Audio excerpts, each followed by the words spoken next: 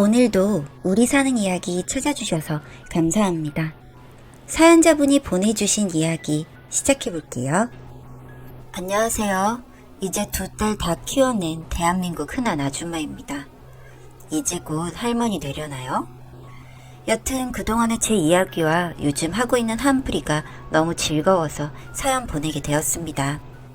저와 저희 신랑은 같은 공장에서 근무를 하다가 결혼을 하게 되었었고 2명의 딸을 낳아서 키우고 있습니다. 저희 신랑과 결혼할 당시만 해도 저는 세상 물정 모르는 아가씨였고 집에서 나름 귀하디 귀한 딸이었습니다. 결혼을 하기 전만 해도 신랑이 종갓집 장손이라는 걸 알지 못했어요. 요즘이야 종갓집이라고 하면 인터넷에서도 떠들어대니까 그렇게 어려운 집안이구나, 힘든 자리구나 생각을 했을 텐데 그 어린 나이에 공장에서 일만 하던 제가 종갓집이 뭔지나 깊이 생각을 했겠어요? 그냥 장독대 있고 시골인 그 정도만 생각을 했는데 여차저차 하다 보니 제가 시모도 함께 모시고 살게 되었습니다.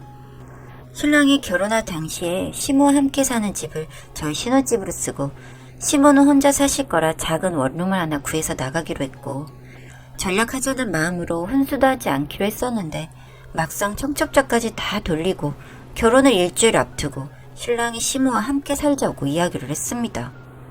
그동안 시모의 집도 알아보는 등 저에게 모션을 많이 보였기 때문에 결혼은 몇 주 정도 함께 살 수도 있겠다는 생각을 했는데 막상 나가려 하니 금전적인 어려움도 있고 다른 형제들이 타지에 있어서 모셔야 할 것 같다고 하시더군요.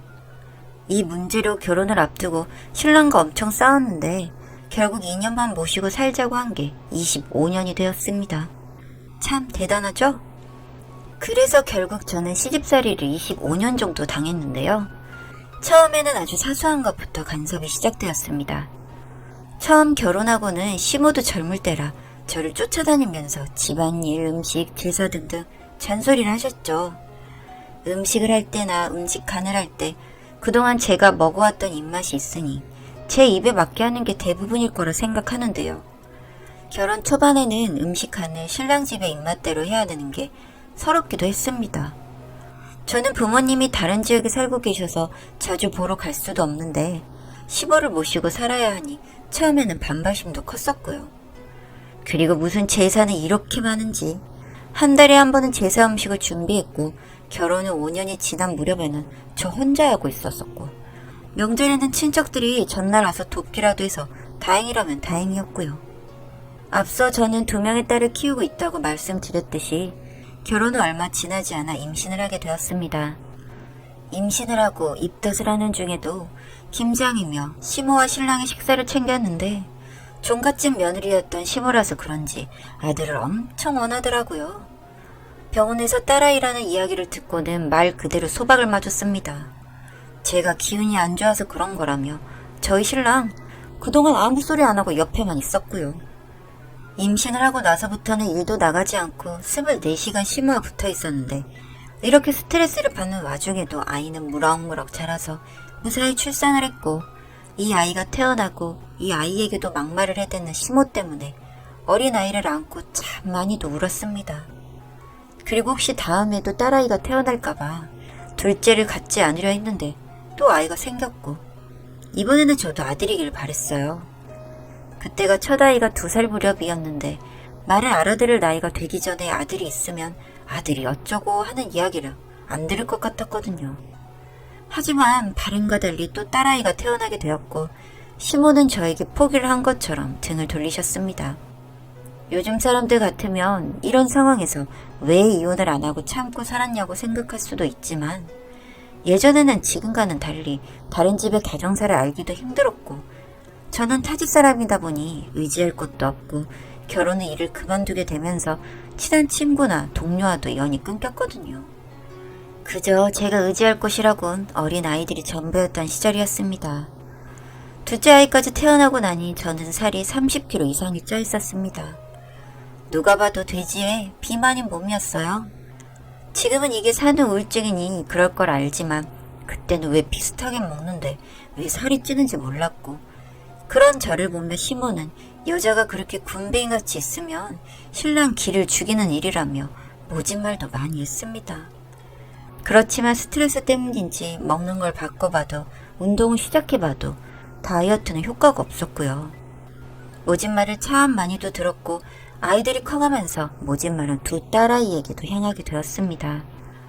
그 모습을 보고만 있어야 하는 제 마음은 찢어지는 듯 했고 신랑은 그때 역시도 아무 말도 하지 않고 바라만 보고 있었어요. 부부싸움이라도 하는 날이면 저를 불러다 혼내셨고요. 그러다가 아이들이 초등학생 무렵이었나? 하다하다 이젠 신랑이 바람이 나더군요.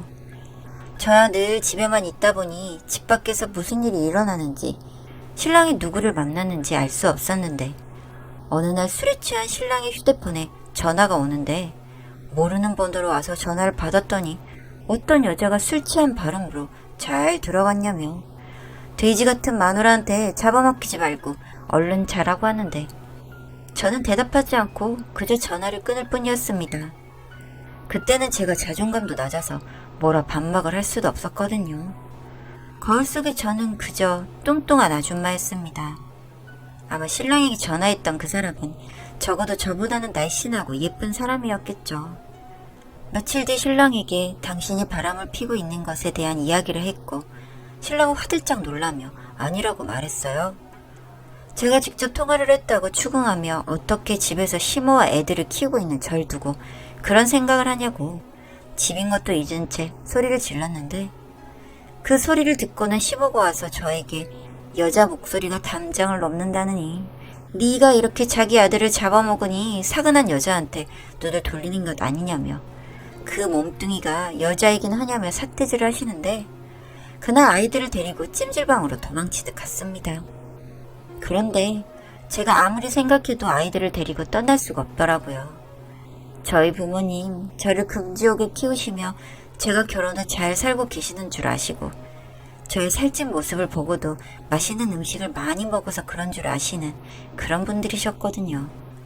그런 제 부모 마음을 문드러지게 할 수가 없었고 결국 아이들과 하루 찜질방에서 자고는 신랑이 출근했을 시간에 집으로 들어갔습니다. 시모는 저를 번치번치 하셨고 저도 그날 이후로는 신랑과 각방을 쓰며 그냥 먼지처럼 지내자고 했습니다. 그렇게 지낸 지도 몇 년, 시간이라는 게 참 빠르더라고요. 아이들은 고등학생이 되고 대학생이 되었는데 요즘 애들은 저희 때와 달라 시모가 딸아이들에게 뭐라고 하면 딸아이들이 시모에게 반박도 해주고 저를 데리고 맛있는 것도 먹으러 다니고요. 어릴 때의 일들을 입 밖으로 꺼내지는 않지만 다 기억하고 있는 것 같았습니다. 그리고 아이들이 대학생이 되고 시간이 흐른 만큼 시모도 나이가 많이 들어서 어느새 당뇨도 오고 다리가 안 좋아져서 대부분 앉아서 생활을 했는데 그러는 와중에도 그 고집은 여전해서 지팡이를 툭툭 치며 절 부르거나 신랑을 끼고 도는 행동들은 제가 시집왔을 무렵 그대로였어요.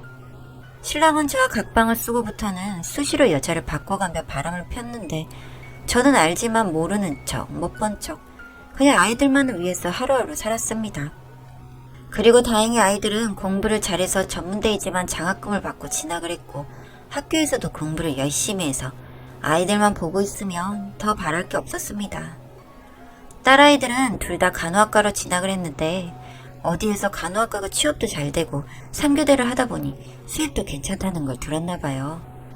첫째는 대학병원의 간호사로 취업을 했고 둘째도 곧 같은 지역 내 다른 대학병원으로 취업을 하게 되어서 제가 집에서 둘째가 좋아하는 음식으로 축하 파티를 준비하려 했는데 아이들이 외식을 하고 싶다고 말하는 통에 거동이 힘든 시모와 일을 하고 있는 신랑을 빼고 휴무인 첫째와 둘째를 데리고 돼지갈비집으로 가게 되었습니다. 딸아이들은 밥을 먹고 카페에 가서 저에게 아빠가 그동안 잦은 외도를 한 점, 할머니가 저를 언어적으로, 정신적으로 학대한 점 다 알고 있고 어렸을 적부터 본인들에게 딸이라서 했던 행동과 막말들을 다 기억하고 있으며 그렇게 성인이 되면 독립을 하려고 둘이서 생각을 참 많이도 했었대요. 처음에는 둘만 나가서 살 생각을 했는데 최근 다른 여자와 또 바람이 난 아빠를 보고 있자니 저의 의견도 물어보고 싶어졌다고 했습니다. 저에게 엄마는 지금의 생활이 행복해? 난 엄마가 좀 더 행복했으면 좋겠어 라고 이야기하는 딸아이를 보며 카페인 것도 잊은 채 딸아이들 품에서 엉엉 울어버렸네요. 그동안 참 많이도 힘들고 외로워서 행복이라는 단어를 생각해 보지도 못했고 이 현실을 벗어날 생각도 계획도 세워보지 못했습니다. 그렇게 딸아이들의 도움으로 그동안의 신랑의 외도 흔적들을 쫓아 증거를 모아뒀고 2달이 지난 무렵 신랑과 시모와 밥을 먹다가 이혼 소식을 알렸습니다. 불과 2달 동안 모은 증거이지만 신랑의 바람의 흔적과 시모의 막말적인 언행의 녹음 등 많은 것을 모을 수 있었고 이 증거의 몇십 몇백 배가 되는 수많은 나날들을 제가 참고 버텨온 게 대단하면서도 스스로가 참 치근해지더군요.